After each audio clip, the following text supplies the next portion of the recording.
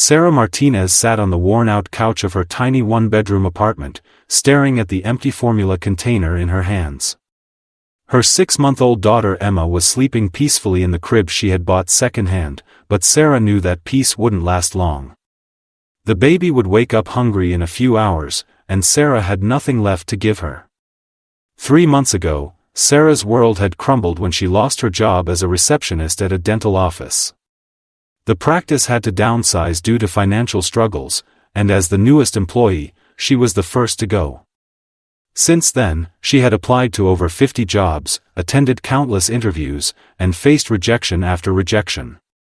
Her savings had dwindled to just $12.37, barely enough for a bus ride to another job interview. The electricity bill was overdue, the rent was late, and now she was facing every mother's worst nightmare: not being able to feed her child. Sarah had already sold everything of value she owned, including her grandmother's ring and her laptop. She had swallowed her pride and visited the local food bank, but they had run out of baby formula that week. As Emma stirred in her sleep, Sarah felt tears streaming down her face. She picked up her phone and scrolled through her contacts, looking for anyone who might be able to help. Her parents had passed away in a car accident 2 years ago, and Emma's father had disappeared the moment he learned about the pregnancy. Sarah had a few friends, but they were all struggling themselves in this tough economy. Desperation clouded her judgment as she remembered her old college roommate Jessica, who had moved to California and seemed to be doing well based on her social media posts. They hadn't spoken in over a year, but Sarah felt she had no choice. With trembling fingers, she began typing what felt like the hardest message she had ever written.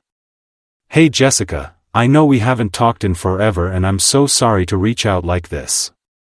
I'm in a really tough spot right now. I lost my job 3 months ago and I'm completely broke. My baby Emma needs formula and I have no money left. I've tried everything and I'm desperate. Could you possibly lend me $40 for formula? I promise I'll pay you back as soon as I get back on my feet. I'm so embarrassed to ask, but I don't know what else to do. Please help me." Sarah hit send before she could change her mind, then immediately felt a wave of shame wash over her. She had never been the type to ask for help, always priding herself on her independence. But motherhood had changed everything. She would do anything for Emma, even if it meant sacrificing her pride. 20 minutes passed without a response. Sarah began to panic, wondering if she had made things worse by reaching out. Maybe Jessica would think less of her now. Maybe their friendship was truly over. Just as these thoughts consumed her mind, her phone buzzed with an incoming call from an unknown number. Sarah hesitated before answering. "Hello? Hi, is this Sarah Martinez?" The voice belonged to a man she didn't recognize. "Yes, who is this?" Sarah's heart raced, wondering if it was a debt collector or someone calling about her overdue bills. "My name is David Chen. I think you sent me a text message by mistake, but I wanted to call you directly. Are you okay?" Sarah's mind went blank for a moment. A text by mistake? Then it hit her. In her emotional state, she must have mistyped Jessica's number. "Oh my God, I'm so sorry. I was trying to reach a friend and I must have typed the wrong number. I'm really embarrassed. Please don't apologize. I read your message, and I want to help you. Are you really in the situation you described?" Sarah felt her cheeks burn with embarrassment. She wanted to hang up and pretend this never happened, but something in the man's voice was genuinely kind and concerned. "Yes," she whispered. "I am." What David didn't tell Sarah in that moment was that he was the CEO of a major technology company, worth over $2 billion. He had built his empire from nothing, starting as the son of immigrants who cleaned offices at night to make ends meet. He remembered what it felt like to go to bed hungry, to choose between paying rent or buying groceries, to feel invisible in a world that seemed to care only about those who already had everything. "Where are you located, Sarah?" David asked gently. "Phoenix, Arizona." But sir, you don't need to do anything. I'm so sorry I bothered you. You didn't bother me. In fact, I think this happened for a reason. I'm going to send you some money right now for the baby formula. What's your Cash App or Venmo? Sarah couldn't believe what she was hearing. A complete stranger was offering to help her, someone who had every right to be annoyed by her mistaken text. I have Cash App, but are you sure? You don't even know me. I know enough, David replied. Sometimes the universe puts people in our path for a reason. Give me your information. With shaking hands, Sarah provided her details, expecting maybe $50 or $60. Her phone buzzed with a notification that made her gasp out loud. David Chen had sent her $500. Sir, this is too much. I only needed money for formula. David chuckled softly. Consider it a head start on getting back on your feet.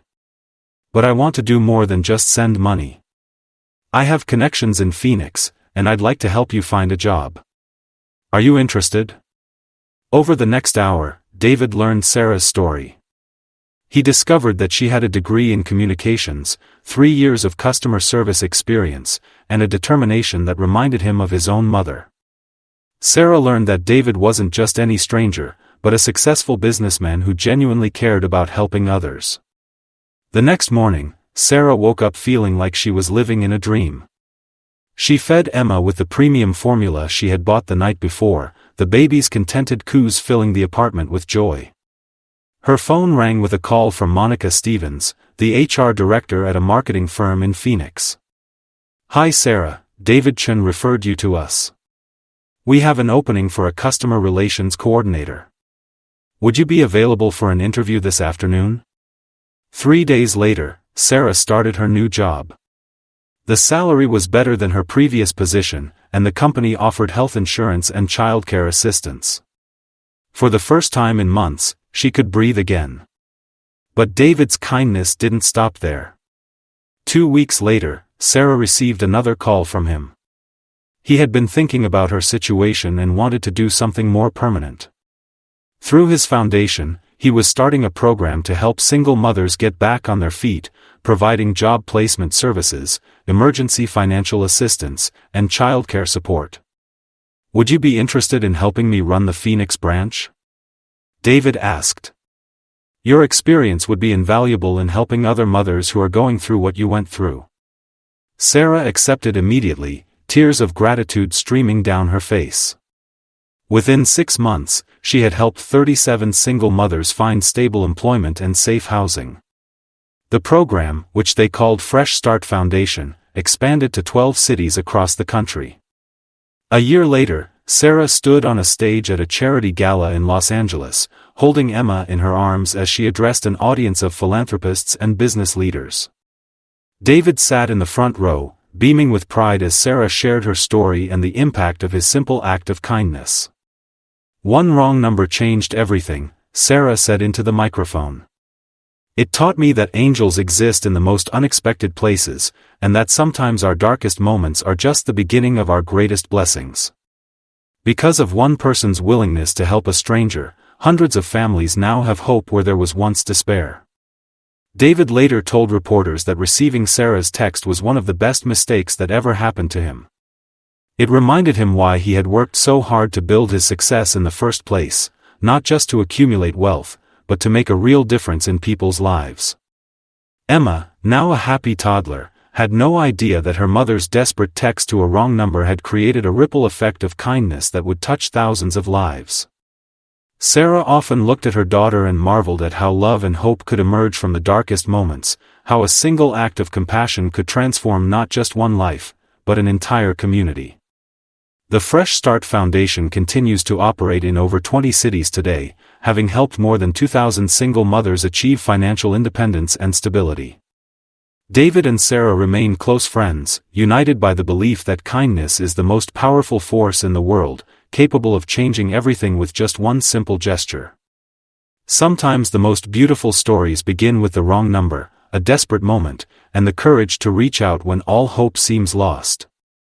In a world that can often feel cold and disconnected, Sarah and David's story reminds us that there are still people who care, who listen, and who are willing to extend a helping hand to a stranger in need. Their story proves that kindness is contagious, that one person's compassion can create an endless chain of hope and healing.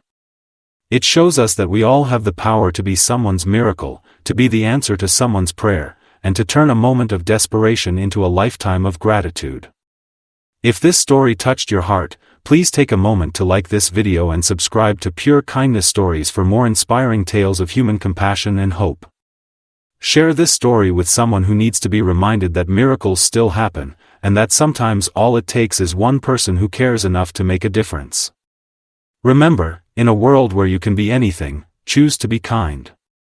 Your kindness might just change someone's entire world. One text message, one phone call, one act of love at a time.